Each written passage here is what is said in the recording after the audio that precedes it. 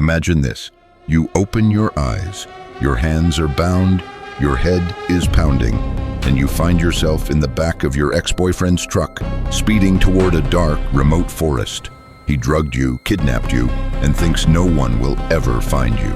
But he's forgotten one thing, that tiny wolf pup you rescued 3 years ago on a snowy mountain ridge, now a 90-pound wild guardian, and he has no intention of letting you go. Can a wolf cross 50 miles of deadly terrain to save his human? This true story will show you the fiercest face of loyalty.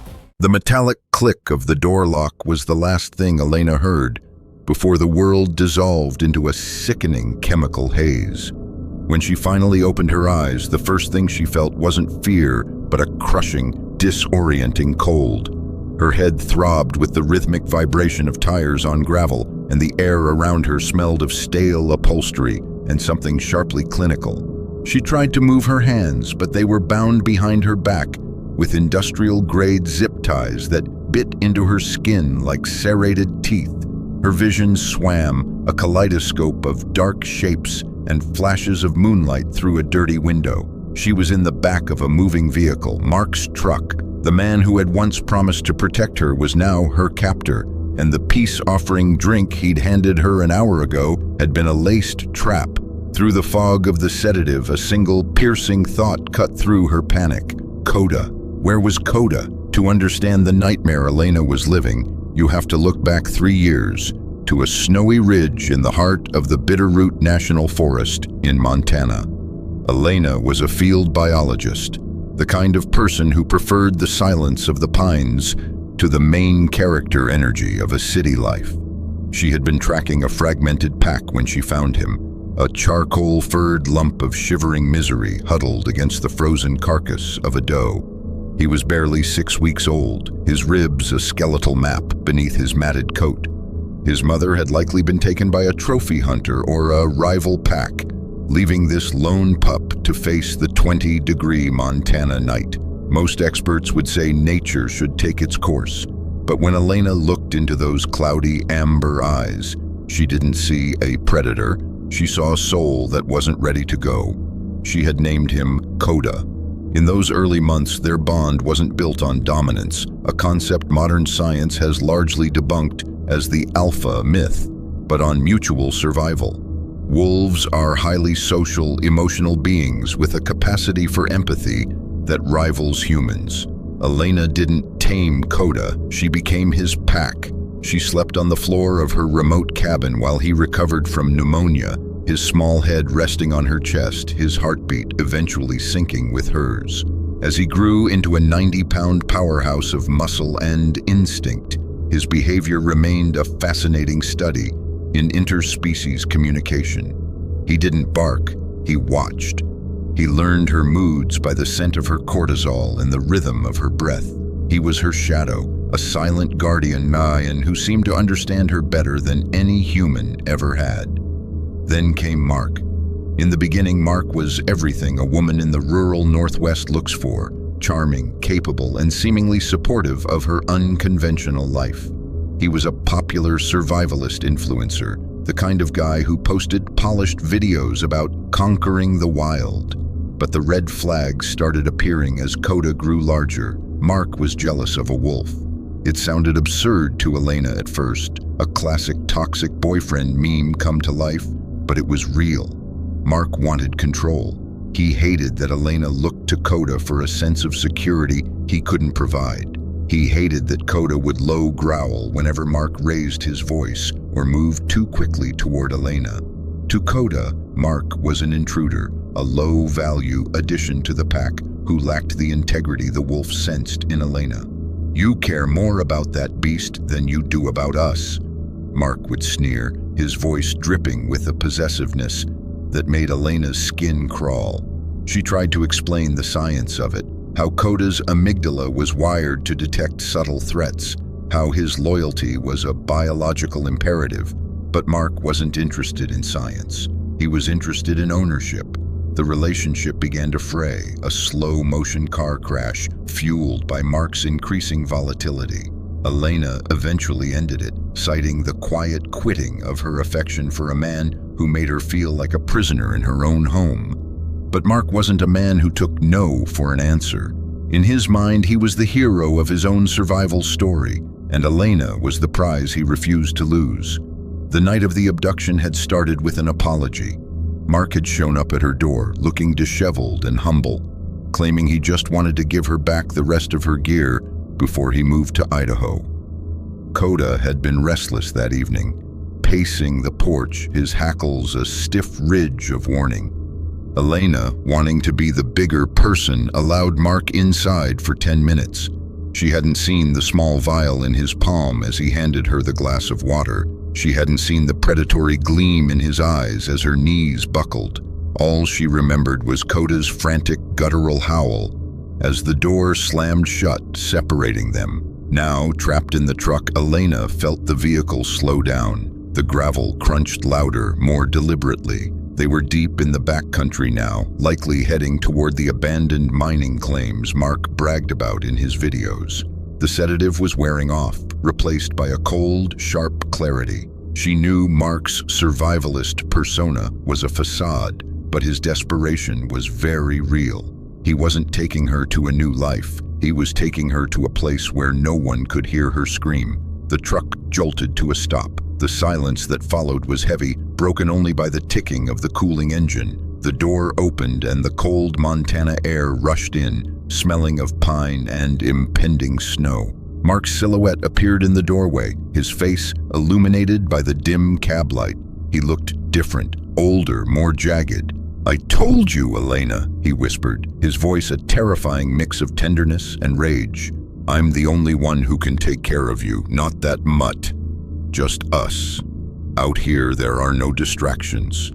Just the wilderness and me." He reached in to grab her, his grip bruising her arm. As he dragged her out of the truck, Elena looked past him toward the dark wall of the forest. The moon was a sliver of silver against the black. She prayed to a god she hadn't spoken to in years. But more than that, she prayed to the bond she had forged in the snow 3 years ago. She knew the distance they had traveled. She knew the impossibility of a wolf tracking a moving vehicle across 50 miles of winding mountain roads. But she also knew Koda. Koda wasn't just a wolf. He was a master of the landscape. His nose contained over 200 million scent receptors, capable of picking up a single molecule of Elena's scent from miles away. While Mark had been driving, fueled by his delusions, Koda had been running. He hadn't stopped. He had navigated through the territory of rival packs, avoided the treacherous traps of the valley floor, and pushed his body to the absolute limit of canine endurance. To a human, this was a rescue mission. To Koda, it was the restoration of the pack. The bond between them wasn't just emotional, it was a tether that spanned the physical world. As Mark pushed Elena toward a small, dilapidated cabin, she caught a glimpse of something in the tree line. It was a flicker, a shadow that moved faster than the wind. Her heart leapt into her throat. Was it her imagination? A trick of the moonlight and the remaining drugs in her system? She stumbled, her boots catching on a root, and Mark yanked her upright with a snarl. "Don't look back," he hissed. "There's nothing left back there for you." But he was wrong. Back there, in the darkness, the charcoal shadow had stopped. Koda's lungs were burning, his paws bloodied from the jagged rocks of the ridge he'd just crested. But he didn't feel the pain. He tasted the air. He caught the scent of the man, the intruder, and the scent of his packmate laced with the sharp tang of fear. The wolf didn't howl. A howl would give him away. Instead, he lowered his head, his amber eyes locking onto the cabin. He began to move, a silent, lethal force of nature closing the gap. Inside the cabin, the air was thick with dust and the smell of kerosene. Mark threw Elena into a corner where a moth-eaten mattress lay on the floor. He began to pace, talking to himself, a manic monologue about their new beginning. He was building a fire, the flickering orange light casting long, distorted shadows on the walls. Elena watched him, her mind racing. She needed a weapon, a distraction, anything. Her fingers fumbled with the zip ties, but they were too tight. "You think you're so smart," Mark said, turning to her, a heavy hunting knife glinting in the firelight. "You think that wolf is going to save you? I saw him in the rearview mirror when I left. He was miles back. Even if he made it this far, what's a dog going to do against a man with a gun? He patted the holster at his hip. Elena felt a wave of hopelessness. Mark was right about the hardware. A wolf, no matter how powerful, was still flesh and bone. If Koda rushed in, Mark would kill him without a second thought. She had to do something to give Koda an opening, to change the dynamic of the survival game Mark thought he was winning. "Mark, listen to me," she said, her voice trembling but steady. "You don't want to do this. This isn't who you are. You're a provider. Remember? You're the guy everyone looks up to." She was playing to his ego, the only part of him that was still predictable. Mark paused, the knife hovering. He liked being called a provider. He liked the idea that he was still the hero. "I am," he muttered. "I'm doing this for us." "Then show me," Elena said, gesturing to her bound wrists.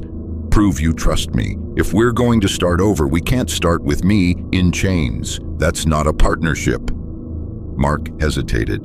He looked at the knife, then at her. The ego fought with the paranoia. For a second, Elena thought she had him, but then a sound from outside shattered the moment. It wasn't a howl. It was the sound of a heavy body hitting the porch, a deliberate, thunderous impact that made the old cabin shudder. Mark spun around, his hand flying to his holster. "What was that?" Elena held her breath. The silence that followed was even more terrifying than the sound. Then the scratching started. Pound. It wasn't the frantic scratching of a dog wanting to be let in. It was slow, methodical, the sound of claws digging into the ancient wood of the door. Koda was there, and he wasn't asking permission. Mark's face went pale. He drew his pistol, the barrel shaking slightly. "I'll kill him," he screamed at the door. "I'll gut that beast right here." He stepped toward the door, his focus entirely on the threat outside. This was it. Elena's heart hammered against her ribs like a trapped bird. She knew Koda's behavior. He wouldn't just burst through the door and get shot. He was testing the perimeter, looking for the weakness. He was a tactician. She watched as Koda's shadow passed by the high, narrow window of the cabin. Suddenly the glass shattered. Koda didn't come through the door. He had leaped onto the roof and dropped down through the rotted chimney casing of an adjacent room, crashing through a side window with the force of a wrecking ball. The explosion of glass and fur was so sudden that Mark barely had time to turn. Koda didn't go for the throat. Not yet. He slammed his 90-pound body into Mark's chest, sending the man sprawling back into the fireplace. The pistol went off, the bullet burying itself in the ceiling. Mark screamed as his jacket caught fire from the embers. Koda was a blur of gray and white, a whirlwind of teeth and fury, keeping Mark pinned but avoiding the flailing knife. The wolf was using his weight, his superior reflexes, and the element of surprise to neutralize the threat without putting himself in the direct line of fire. It was a display of calculated aggression that left Elena breathless. "Koda, no!" Elena shouted, not because she wanted to save Mark, but because she knew what would happen if Koda killed him. The authorities wouldn't see a rescue. They would see a dangerous animal that had to be destroyed. She couldn't lose him. Koda froze. He was standing over Mark, his jaws inches from the man's face, a low, vibrating growl shaking his entire frame. His eyes were no longer the soft amber Elena knew. They were the cold, primal gold of a predator. But when he heard her voice, the hackles on his back lowered just a fraction. He looked at her, really looked at her, and the recognition was instant. Mark, sobbing and scorched, tried to scramble away, but Koda's paw came down on his chest, a silent command to stay still. The power dynamic had shifted completely. The survivalist was broken, reduced to a heap of fear, while the beast stood as the undisputed guardian of the room. Elena managed to roll toward a jagged piece of glass from the broken window. Ignoring the pain, she sawed through the zip ties until they snapped. She stood up, her legs shaky, and walked toward the two of them. She looked at Mark, the man who had tried to steal her life, and felt nothing but a cold, distant pity. Then she looked at Koda. "Good boy," she whispered, her voice cracking. "Good boy, Koda." Koda stepped back, allowing her to take control. He moved to her side, his shoulder brushing against her hip, his presence a solid, warm weight in the freezing cabin. Elena picked up Mark's discarded pistol and pointed it at the floor. "Get up, Mark," she said, her voice like ice.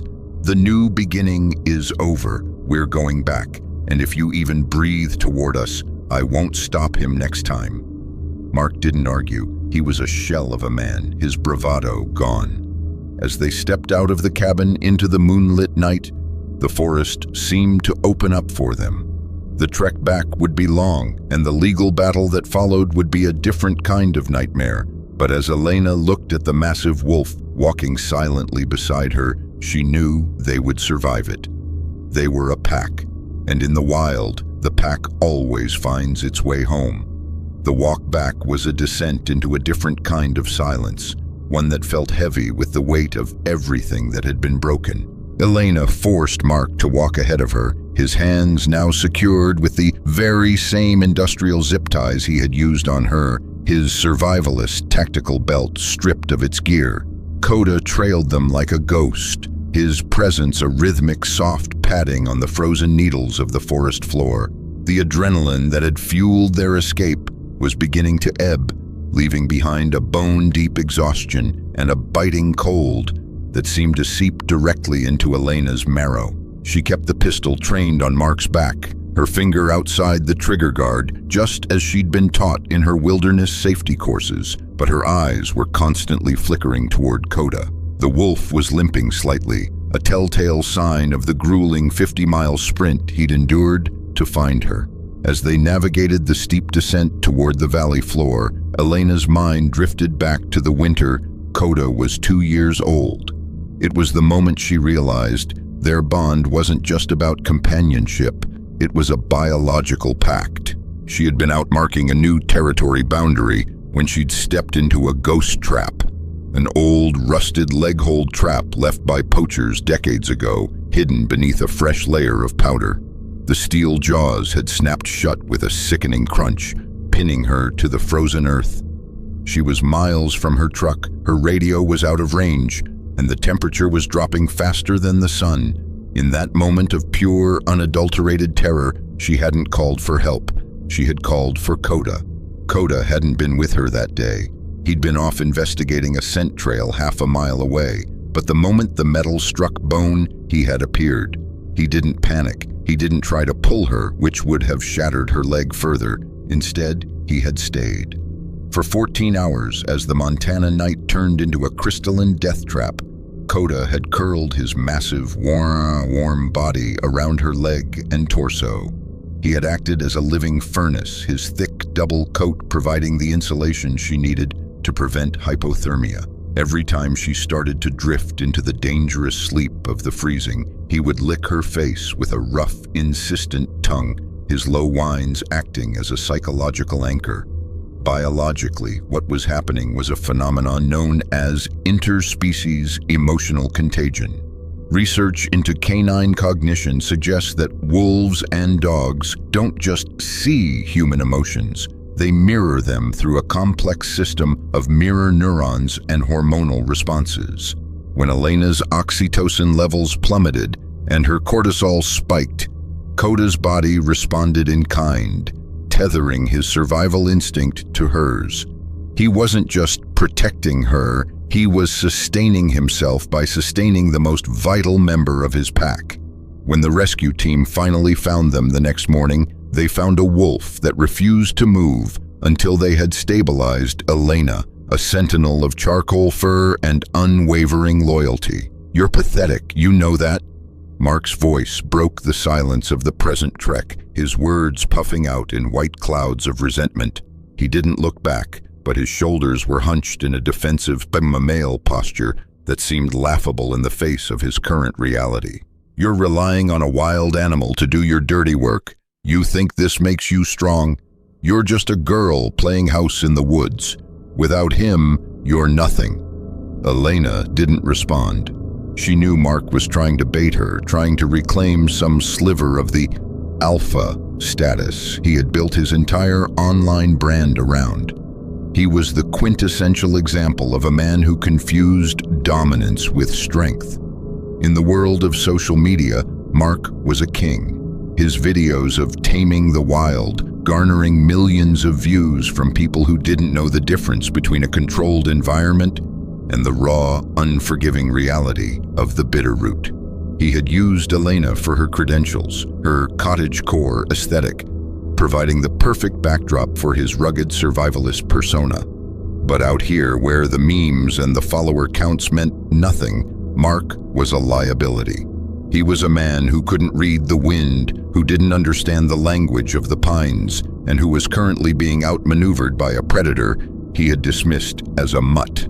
Koda let out a low, sharp huff, a warning breath used by wolves to signal a change in the environment. Elena stopped instantly. Ahead, the trail narrowed significantly, hugging the edge of a sheer drop-off that led down to the ice-choked Blackfoot River. The recent snow had made the path treacherous, a mix of slick shale and hidden ice patches. "Watch your step," Elena commanded, her voice sounding hollow in the vastness of the canyon. Mark grunted, his ego still driving his movements. He tried to step over a fallen log with a flourish of unearned confidence, but his bound hands threw off his center of gravity. His foot hit a patch of black ice, and with a muffled cry, he slid toward the edge. He didn't fall, not yet, but he was precariously balanced, his boots scrambling for purchase on the crumbling rim. Elena moved instinctively to help, but Koda was faster. The wolf didn't lunge for Mark. He moved to the uphill side of the path, his weight shifting to block Elena from moving too close to the edge. It was a calculated move. Koda knew the man was dangerous, even in his current state, and he wasn't about to let Elena risk herself for someone who had already tried to destroy her. "Help me!" Mark shrieked, his tough guy facade dissolving into a high-pitched panic that echoed off the canyon walls. "Elena, do something!" Elena looked at him, and for a moment she saw the sheer absurdity of the situation. Here was a man who spent his life preaching self-reliance and conquering nature, now begging for his life because he couldn't navigate a simple trail.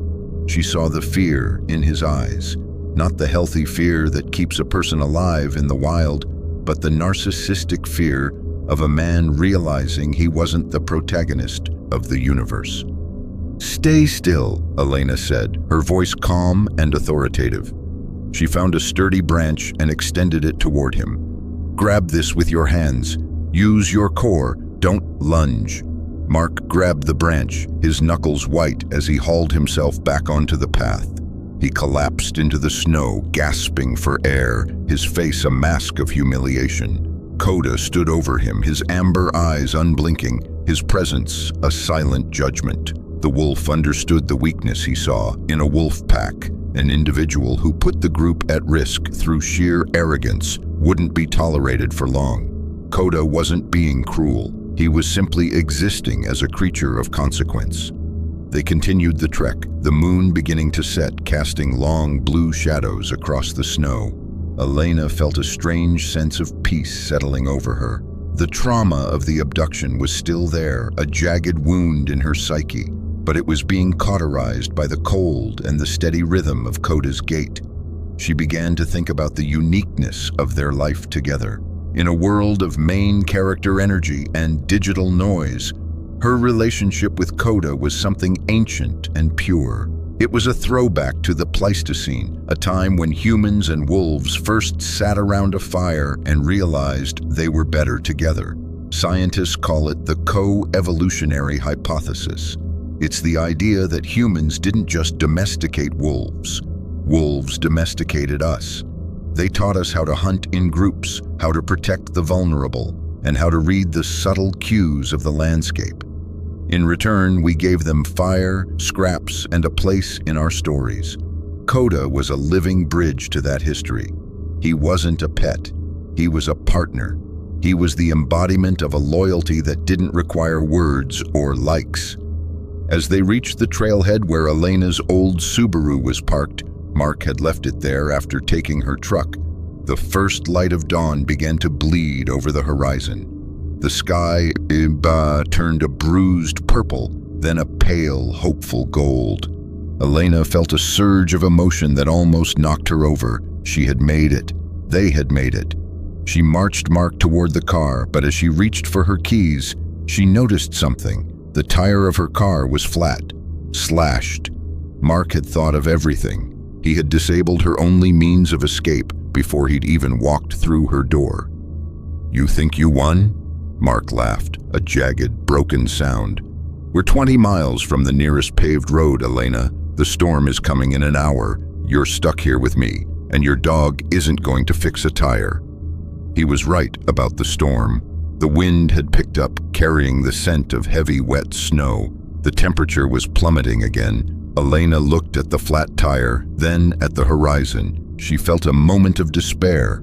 Her phone was dead, her car was useless, and she was trapped in a valley that was about to become a white tomb. But then Koda did something she hadn't expected. He didn't lie down or wait for her to solve the problem. He walked to the edge of the parking area, put his nose to the wind, and let out a howl. It wasn't a territorial howl, and it wasn't the lonely howl people often associate with wolves. It was a high, undulating social call, a sound intended to travel for miles. It was the howl of a pack leader calling for reinforcements. "What is he doing?" Mark asked, his voice trembling again. "He's talking," Elena whispered, her heart starting to race. She knew this area. She knew that 5 miles to the north, a group of her colleagues from the Wolf Project were conducting a winter census. They were equipped with snowmobiles, satellite phones, and thermal imaging. If they heard Koda, if they recognized the specific frequency of his call, which they had recorded dozens of times, they would come. Koda continued to howl, his head tilted back, his throat vibrating with the power of the sound. It was a beautiful, haunting melody that seemed to pierce the very fabric of the morning. To Mark, it was a sound of terror, a reminder of his own insignificance. To Elena, it was a symphony of hope. For 20 minutes, they waited. Mark huddled against the car, his spirit finally broken. Elena stood with her hand on Koda's neck, feeling the warmth of his skin and the steady beat of his heart. She felt a deep, profound gratitude for this creature. He had tracked her, he had fought for her, and now he was calling the world back to her. Then, through the rising wind, they heard it. The distant, mechanical whine of a snowmobile. Then another. "Over here!" Elena shouted, though she knew they couldn't hear her over the engines. Koda gave one final triumphant howl, a sound that seemed to shake the snow from the trees. Minutes later, 3 snowmobiles crested the ridge, their headlights cutting through the pre-dawn gloom. Her colleagues, Ben and Sarah, pulled up, their faces masked with shock as they saw Elena, the bound Mark, and the massive wolf standing guard. "Elena, what the hell happened?" Ben shouted, jumping off his machine. "It's a long story," Elena said, her voice cracking as the first tears finally began to fall. "But he saved me. He saved everything." As Ben and Sarah moved to secure Mark and provide Elena with blankets and hot coffee, Koda stepped back. His job was done. He watched as the humans took over, his eyes following the movement of the new pack members with a calm, analytical gaze. He didn't need the blankets or the coffee. He needed the forest, and he needed the assurance that his packmate was safe.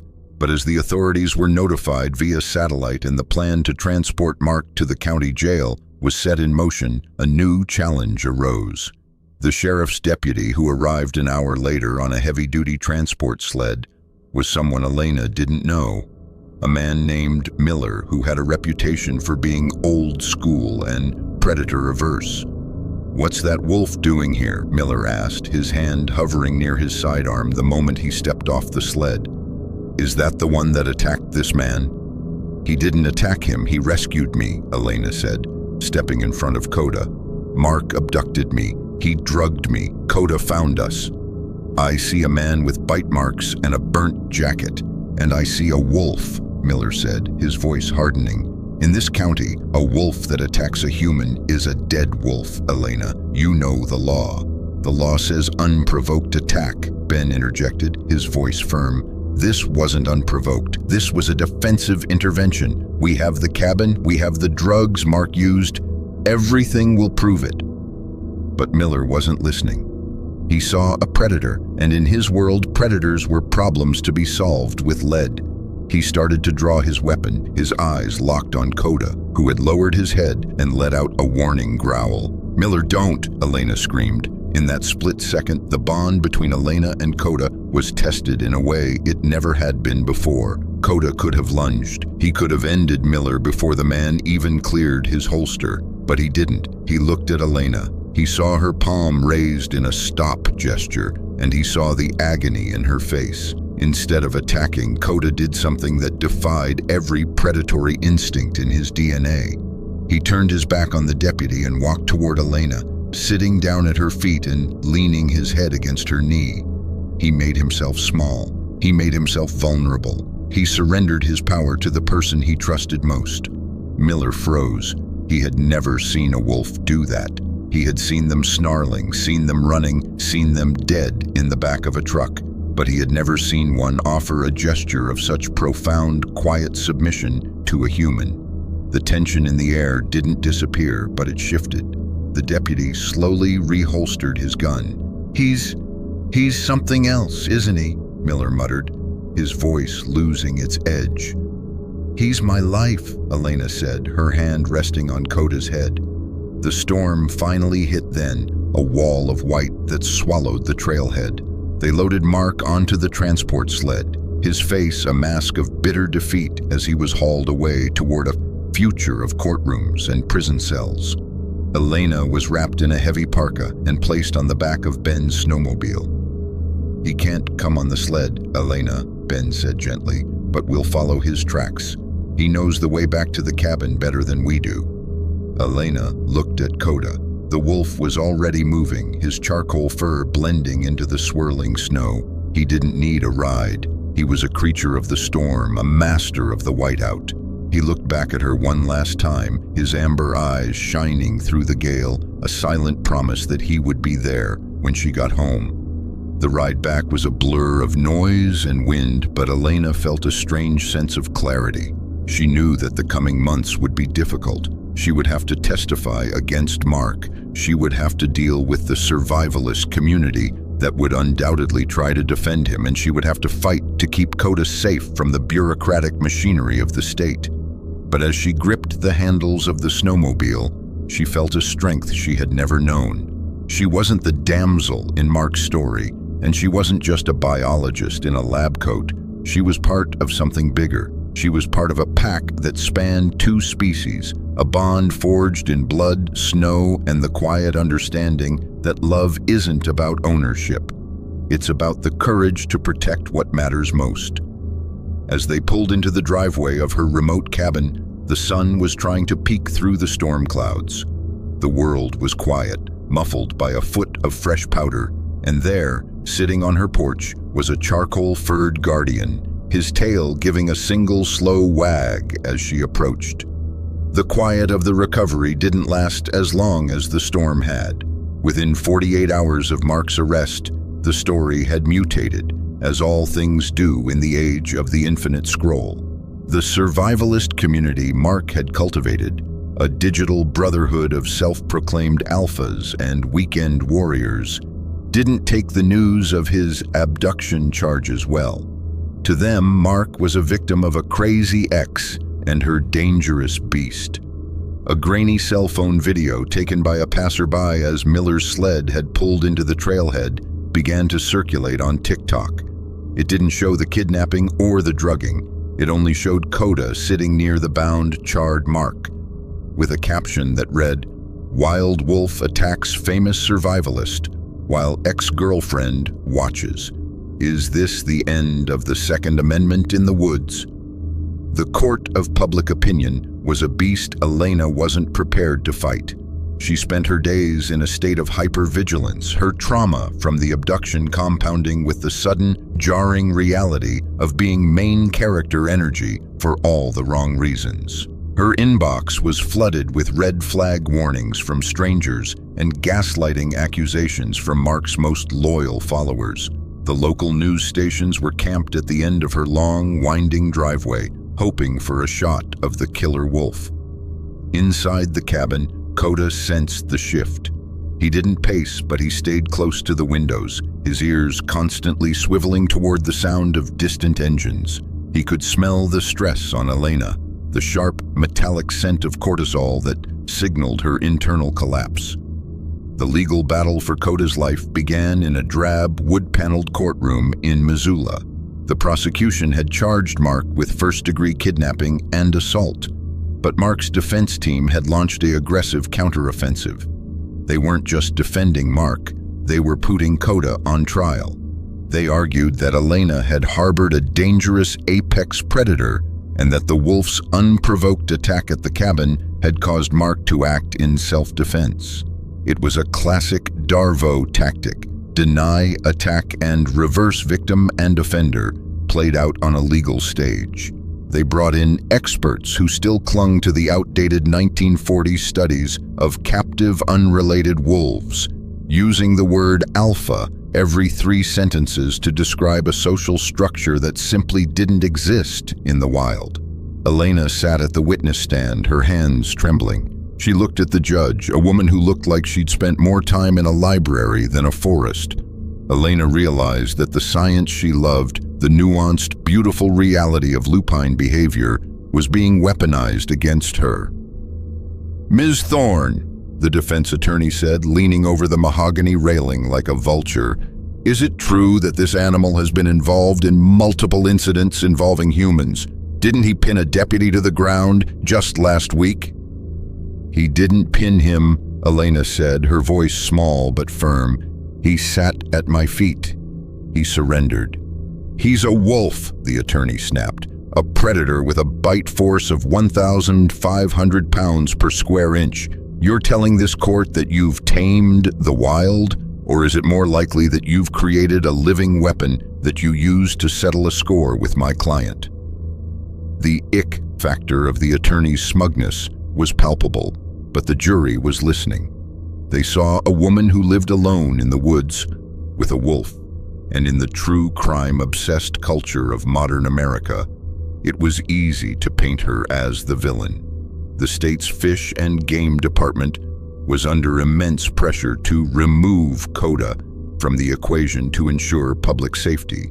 A behavioral assessment was ordered, a test that would determine if Koda was fit to remain in Elena's care or if he would be euthanized. The assessment was to take place at a secure facility, but Elena refused. She knew that putting Koda in a cage surrounded by strangers and the smell of fear would trigger his survival instincts. It would be a rigged game. She managed to negotiate a field assessment on her property under the supervision of a court-appointed behaviorist and a neutral deputy. The day of the assessment was crisp and clear. The behaviorist was a man named Dr. Aris, a renowned expert who had spent years studying the self-domestication of canines. He arrived with a clipboard and a heavy sense of skepticism. Behind him was the deputy, and a few yards back, a group of protesters, Mark's fans, had gathered at the property line, shouting through megaphones about predator control. Koda was in the yard, his charcoal fur gleaming in the sun. He didn't growl at the newcomers. He watched them with a steady, analytical gaze that Dr. Aris later described as unnervingly human. Elena stayed back as per the rules of the test. She felt a physical ache in her chest, a fear so profound it made her lightheaded. If Koda failed, if he even bared a tooth, he would be taken. The assessment began with neutral proximity. Dr. Aris walked within 10 feet of Koda, tossing a piece of high-value treat, dried bison, near the wolf. Koda didn't eat it immediately. He looked at Elena, waiting for a subtle cue of safety, then gently took the meat. He wasn't tamed, he was polite. He was practicing the social etiquette of a pack member. "Remarkable," Aris whispered, scribbling on his pad. "He's showing deferred impulse control. That's a higher-order cognitive function usually reserved for domesticates." But then the uniqueness of the American cultural divide made its move. One of the protesters at the fence, a man fueled by internet rage and a desperate need for main character attention, decided to prove the wolf was dangerous. He pulled a high-powered air horn from his jacket and let out a deafening blast, followed by a handful of firecrackers he threw over the fence toward Koda. The explosion of sound and smoke was sudden and violent. The deputy reached for his gun. Dr. Aris scrambled back, tripping over a tree root. Elena screamed. Koda didn't lunge at the fence. He didn't run. In a display of interspecies empathy that would later go viral for all the right reasons, Koda didn't look at the threat. He looked at Dr. Aris, who had fallen and was clutching his ankle, which had snapped with an audible pop. The behaviorist was defenseless, lying on the ground just feet from the beast. Koda moved. He didn't move to bite. He moved to shield. The wolf positioned his massive body between the injured Dr. Aris and the fence where the protesters were still shouting. He lowered his center of gravity, his eyes fixed on the agitators, but he kept his back to the doctor. He was a living wall. When the protester tried to throw another firecracker, Koda let out a sound that wasn't a growl. It was a deep, resonant huff of authority, a sound that seemed to vibrate the very air. The deputy, seeing the truth of the situation, turned his weapon toward the fence, not the wolf. "Drop the pyrotechnics now!" he roared. In the silence that followed, Koda turned his head. He looked down at the grimacing Dr. Aris and did something that would change the course of the legal battle. He gently nudged the doctor's hand with his wet nose, a check-in behavior wolves use with injured packmates. It was a moment of profound vulnerability and kindness. Dr. Aris, despite his pain, began to laugh, a shaky, breathless sound. He's protecting me. He's assessing my injury. The behavioral assessment ended right there. Dr. Aris's report, which was later published in several scientific journals, didn't just advocate for Koda's safety. It redefined the public understanding of the human-wolf bond. He wrote about the Elena-Koda dynamic as a blueprint for a new kind of coexistence, one based on respect rather than dominance. The legal tide turned overnight. The footage of Koda protecting the man who was sent to judge him became the ultimate wholesome meme, drowning out the toxic noise of Mark's community. The charges against Mark were upheld, and he was eventually sentenced to 15 years in state prison. The survivalist influencer was canceled in the most literal sense, his brand collapsing as the world saw him for what he was, a predator who had mistaken a wolf for a monster because he couldn't handle his own reflections. Months later, the Bitterroot National Forest returned to its natural rhythm. Elena and Koda were finally left in peace. The news crews had moved on to the next viral sensation, and the protesters had found new things to be angry about. But for Elena, the world felt fundamentally different. The trauma of the abduction had been replaced by a deep, resonant sense of purpose. She had become a leading voice in the new wilderness movement, using her story to advocate for the protection of fragmented habitats and the species that call them home. The bond between her and Koda didn't change, but it deepened. They still had their unspoken conversations in the twilight. They still tracked the movements of the wild packs that moved through the high country. But now there was a sense of victory in their silence. They were the survivors. One evening, as the first snow of the season began to fall, soft, aesthetic flakes that dusted the porch, Elena sat in her rocking chair with a cup of cedar tea. Koda was lying at her feet, his charcoal fur merging with the shadows of the cabin. She looked at him, and for a moment, she thought back to that shivering pup on the ridge. She thought about the science of their survival, the millions of years of evolution that had led to this specific moment of peace. Biologically, they were two different species separated by a vast evolutionary gulf, but emotionally, they were identical. They both knew the value of the pack.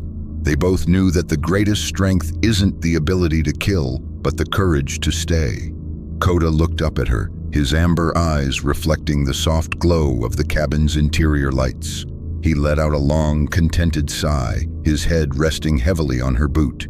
He was home. They were home. And as the moon rose over the Bitterroot, a single clear howl echoed from the distance. Not a call of fear, but a call of belonging. The wild was acknowledging its own, and the woman who had dared to listen was finally part of the song. If these stories of unbreakable bonds and the raw power of nature touch your soul, and you want to experience more incredible journeys like this, please take a moment to subscribe to the channel, hit that like button, and leave a comment below. Your support means everything to us. Be sure to turn on notifications so you're the first to witness every new moment of courage and love we share.